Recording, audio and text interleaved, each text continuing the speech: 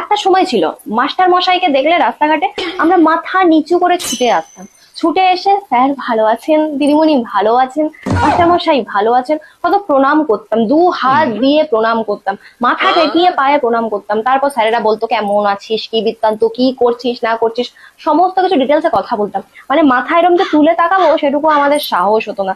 মানে এই যে মাথা নিচু করতাম, এরকম মাথা নিচু করে হ্যাঁ স্যার হ্যাঁ ম্যাডাম এইভাবে আমরা কথা বলতাম। একটা বিনয়ী নম্র ভাব থাকতো, যতক্ষণ না স্যার ম্যাডাম সামনে থেকে যাবে ওই এরকম ভাবেই থাকবো।